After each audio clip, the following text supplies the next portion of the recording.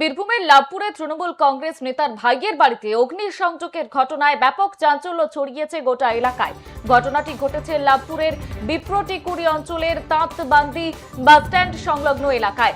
রবিবার ভোরে আগুন লাগার ঘটনাটি প্রকাশ্যে আসে। অভিযোগ, বিপ্রটিকুড়ি অঞ্চল তৃণমূল কংগ্রেসের সভাপতি শেখ ইসমাইলের ভাই শেখ শের আলীর তিনতলা পাকা বাড়ি এবং সংলগ্ন গোয়ালঘরে আগুন লাগিয়ে দেওয়া হয়।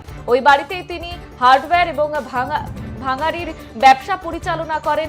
শেখ শের আলীর দাবি, সকালে খবর পেয়ে ঘটনাস্থলে এসে তিনি দেখেন বাড়ি এবং সংলগ্ন গোয়ালঘরে দাউ দাউ করে আগুন জ্বলছে। এরপর লাভপুর থানায় এবং দমকল বিভাগে খবর দেওয়া হলে কিছুক্ষণের মধ্যেই দমকলের একটি ইঞ্জিন ঘটনাস্থলে পৌঁছায়। দমকল বাহিনীর দীর্ঘক্ষণের প্রচেষ্টায় আগুন নিয়ন্ত্রণে আসে। শের আলীর অভিযোগ, আগুনে বাড়ির ভেতরে থাকা প্রায় সমস্ত আসবাবপত্র এবং অন্যান্য সামগ্রী পুড়ে ছাই হয়ে গিয়েছে। পাশাপাশি গোয়ালঘরটিও সম্পূর্ণ ভস্মীভূত হয়ে গিয়েছে। ইতিমধ্যেই গোটা ঘটনার তদন্ত শুরু করেছে পুলিশ।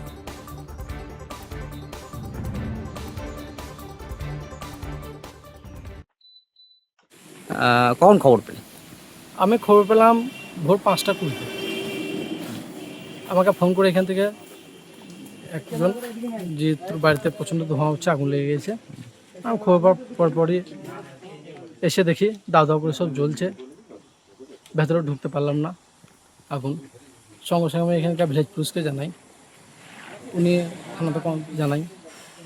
ফায়ার ব্রিগেড একজন নম্বর দিল, ফায়ার ব্রিগেডে এসে আগুন নিয়ন্ত্রণে নিল। কি ক্ষয়ক্ষতি হয়েছে? ক্ষয়ক্ষতি সব তো আমরা দেখতে পেয়েছেন, কিছুই তো নেই। না না, সেটা তো কি কি জিনিস ছিল ঘরের ভিতরে? কি সব জিনিস ছিল, একটু যেমন যে তো আমাদের সংসার জীবনে যা যা নথি থাকে নথি সবই ছিল, নথি থেকে হাত থেকে একটু যে সবই। ইলেকট্রনিক্স জিনিসপত্র কিছু ছিল?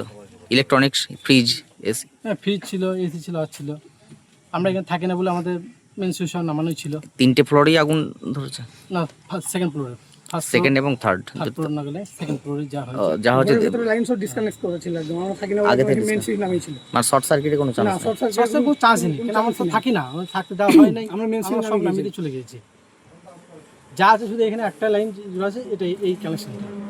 ওই ভেতরে কোনো কানেকশন, সব মেন সুইচ নামানো। আমরা জেলেও দেখতে হবে যে মেন সুইচ নামানো আছে কি না আছে। আমরা সস্তায় কোনো আশায় না, এটা প্রকৃতভাবে করা হয়েছে। তা আমরা এখন চাইছি আমাদের ওসি সাহেবের কাছে, এমএলএ সাহেবের কাছে, যে এটা ন্যায্য তদন্ত হোক।